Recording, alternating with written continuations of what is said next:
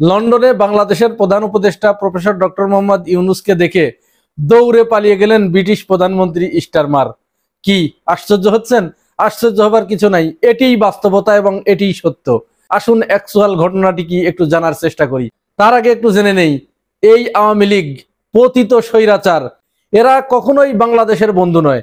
এরা সব সময় চেয়েছে ক্ষমতা, ক্ষমতায় থাকলে এরা সবকিছু করতে পারে, আর ক্ষমতায় না থাকলে এরা বাংলাদেশকে বা তখন যারা ক্ষমতায় থাকবে তাদের বিন্দু মাত্র সহযোগিতা করবে না। এই হচ্ছে আওয়ামী লীগের চরিত্র। আপনারা কি ভুলে গেছেন 1991 সালের কথা? গণতন্ত্রের আপসহীন নেত্রী বেগম খালেদা জিয়া যখন সরকার গঠন করলেন, বিপুল সংখ্যাগরিষ্ঠতা নিয়ে যখন বিজয় অর্জন করলেন, এমনকি শেখ হাসিনা ঢাকার 2টি আসনে গোহারা হারলেন, তখন তিনি এমন পাগলের প্রলাপ বকা শুরু করলেন যে তিনি কিং কর্তব্য বিমূঢ় হয়ে গেলেন। তিনি বুঝতেই পারছিলেন না যে কি করবেন। এমনকি যে ভারত বারবার বলে আসছিল যে 91 সালে আওয়ামী লীগ ছাড়া অন্য কেউ ক্ষমতায় আসবে না, সেই ভারতের তৎকালীন বাংলাদেশের যিনি হাই কমিশনার ছিলেন শ্রীনিবন, তিনিও বললেন যে বাংলাদেশের মানুষ ভারতের মুখে পচা ডিম ছুঁড়ে মেরেছে। তখন শেখ হাসিনা বলেছিলেন যে আমি একটা দিনের জন্য এই সরকারকে শান্তিতে থাকতে দেব না। এই হচ্ছে আওয়ামী লীগের চরিত্র। এবারেও 2025 সালে এসেও যখন প্রফেসর ডক্টর ইউনূস তিনি লন্ডনে গেলেন, লন্ডনে যাওয়ার খবর শুনেই এই আওয়ামী লীগের ছেলাপেলা, যেখানে চোর সুটকা গুন্ডা বদমাইশ ডাকাত যেখানে যেগুলো ছিল, সবগুলো এসে লন্ডনে জড়ো হলেন। এবং মজার ব্যাপার হচ্ছে, বর্তমান ব্রিটিশের যে প্রধানমন্ত্রী স্টারমার, এই স্টারমারের সাথে টিউলিপ তথা শেখ হাসিনার বোনের মেয়ে শেখ রেহানার মেয়ে টিউলিপের সাথে তার খুব অন্তরঙ্গ বন্ধুত্ব। এটা আওয়ামী লীগের বিভিন্ন লোকেরাই স্বীকার করেছে। এত অন্তরঙ্গ বন্ধুত্ব, খুব ঘনিষ্ঠ বন্ধুত্ব, এমনকি তাদের এই সম্পর্ক কথিত আছে, তাদের এই সম্পর্ক আমি আর সেদিকে গেলাম না, আপনারা বুঝে নেন। এই টিউলিপ স্টারমারকে এই বলে প্ররোচিত করেছে যে খবরদার, এই যে ইউনূস আসতেছে, এ কিন্তু একটা আন্তর্জাতিক মানের খেলোয়াড়। এই ইউনূস কোন পথ দিয়ে যে আপনার কোন দিক দিয়ে চেপে ধরবে আপনি কিন্তু কিছুই বুঝতে পারবেন না। সুতরাং আপনি খবরদার তার সাথে সাক্ষাৎ করেন না। সে যদি কোনো মতো অবস্থায় আপনার নাগাল পেয়ে যায় বা আপনার সাথে সাক্ষাৎ করতে পারে, তাহলে বাংলাদেশ যখন ব্রিটিশের কলোনি ছিল, তখন এই ব্রিটিশ বাংলাদেশ থেকে যে পরিমাণ টাকা লুটপাট করে এনেছিল, এটি কিন্তু সে আপনাকে ফেরত চাবে। এবং ফেরত চাবে মানে আপনাকে কিন্তু সেটা দিতেই হবে। এরপরে টিউলিপ স্টারমারকে আরো যে সতর্কবাণী উচ্চারণ করেন, সেটি হচ্ছে আপনি যদি তার সাথে দেখা করেন, তাহলে তো এই বর্তমানের আওয়ামী লীগ আমার দলের নেতা নেত্রীরা হাজার হাজার কোটি টাকা আপনার দেশে পাচার করেছে। সেই টাকা দিয়েই কিন্তু আপনার বাজার সদাই হয়, সেই টাকা দিয়েই আপনার গাড়ি চলে, আপনার সবকিছু হয়। আমার দেশের সাইফুজ্জামান ভূমিমন্ত্রী, সে আপনার দেশে 360টা বাড়ি করেছে। এইটা যদি ইউনূস ফেরত চায়, এবং আপনাকে কিন্তু ইউনূস চাওয়া মানে আপনাকে কিন্তু ফেরত দিতে হবে। আপনি কি বুঝতে পেরেছেন অবস্থাটা কোথায় যাবে? এই কথা শোনার সাথে সাথে স্টারমারের কলিজা থরথর করে কাঁপ শুরু করে দেয়, এবং সে তখন চিন্তা করে সর্বনাশ, হালা বাংলাদেশের তো অনেক লোককে দেখেছি, এরকম বিটকেল উপদেষ্টাকে তো কখনো দেখি নাই।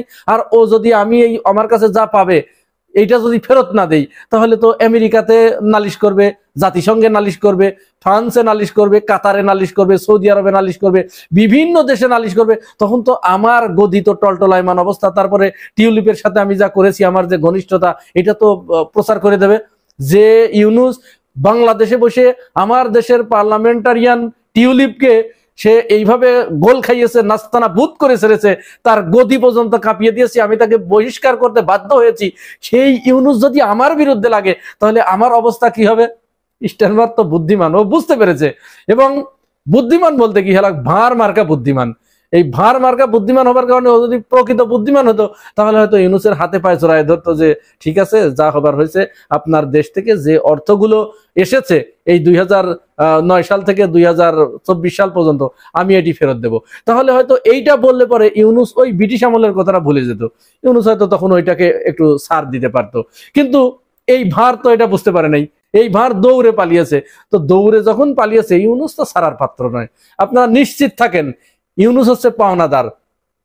ইউনূস এই স্টারমারের কাছে তথা ব্রিটেনের কাছে যে হাজার হাজার কোটি টাকা পাবে, এই বাংলাদেশ থেকে আওয়ামী লীগের চেলা চামুন্ডারা যে চোর সুটকা গুন্ডা বদমাইশ গুলো কোটি কোটি ডলার এই স্টারমারের কাছে দিয়েছে, এইগুলো ইউনূস আজ হোক কাল হোক ওখান থেকে কেড়ে আনবেই। পালিয়ে বাঁচার কোনো উপায় নাই। স্টারমার, আপনি যেখানেই পালিয়ে যান, আপনার পালিয়ে বাঁচার কোনো উপায় নেই। আপনি টিউলিপের ফাঁদে পড়েছেন। আপনি জানেন না আওয়ামী লীগ কি জিনিস, আপনি জানেন না শেখ পরিবার কি জিনিস, আপনি জানেন না এই শেখ হাসিনা বা শেখ রেহানা এরা কি মাল, এরা যে পাতে খায় সেই পাতে হাগে। আপনি তো এটা বুঝতে পারেন নাই। সুতরাং আপনার বান্ধবী বলে আপনি তার কথা শুনে ইউনুসকে দেখে পালিয়ে গেলেন। আপনি যদি টিউলিপের কথা না শুনে ইউনুসের সাথে দেখা করতেন তবুও আপনার একটু রক্ষা ছিল, কিন্তু আপনি তো তা করেন নাই। আপনি টিউলিপের কথা শুনেছেন, আপনার বান্ধবীর কথা শুনেছেন, আপনার বান্ধবীর কথা শুনে আপনি পালিয়ে গেছেন। পালিয়ে গিয়ে আপনি বাঁচতে পারবেন না। বাংলাদেশের টাকা আপনাকে ফেরত দিতেই হবে। আওয়ামী লীগ এদেশ থেকে যে পরিমাণ টাকা চুরি করে নিয়ে আপনার ব্যাংকে জমা রেখেছে, আপনার পকেটে জমা দিয়েছে, সেই পরিমাণ টাকা আপনাকে ফেরত দিতেই হবে। ফেরত না দিয়ে কোনো উপায় নাই, কোনো উপায় নাই, কোনো উপায় নাই। কারণ আপনি আজ ক্ষমতায় আছেন না, আপনার বিরোধীরা কিন্তু আপনার পিছনে পিছনে ইউনুসের সাথে দৌড়াচ্ছে আপনাকে ধরার জন্য। তারা ইউনুসকে বলেছে যে ইউনুস তুমি আসো, আসি আমরা তোমার পাশে। এই চোরদের আমার দেশে কোনো জায়গা নেই। আবার দেখেন চোরগুলো তার মানে ব্রিটেনের সবগুলো জড়ো হয়েছে ইউনুসের বিরুদ্ধে। কত বড় দেশদ্রোহী এরা। ওই যে 91 সালে তারা বলেছিল যে 1 মিনিটও এই সরকারকে ক্ষমতায় থাকতে দেব না, এখনো ক্ষমতা থেকে নেমে গেছে, পালিয়ে গেছে। এখনো তারা বাংলাদেশকে কোনো জায়গায় স্থিতিশীল অবস্থায় থাকতে দেবে না, কোনো জায়গায় যাতে মাথা তুলে দাঁড়াতে না পারে, সব জায়গায় তারা সম্মানহানি করার চেষ্টা করবে। মূলত তো আসলে এরা দেশদ্রোহী। আর এটা তো বাংলাদেশি কোনো দল নয়, এটা হচ্ছে ভারতীয় বিজেপি পার্টির বাংলাদেশ শাখা। যার কারণে ভারত তো বাংলাদেশ সম্পর্কে উঠে পড়ে লেগেছে। আবার ওদিকে দেখেন নতুন এক চক্রান্ত শুরু করেছে।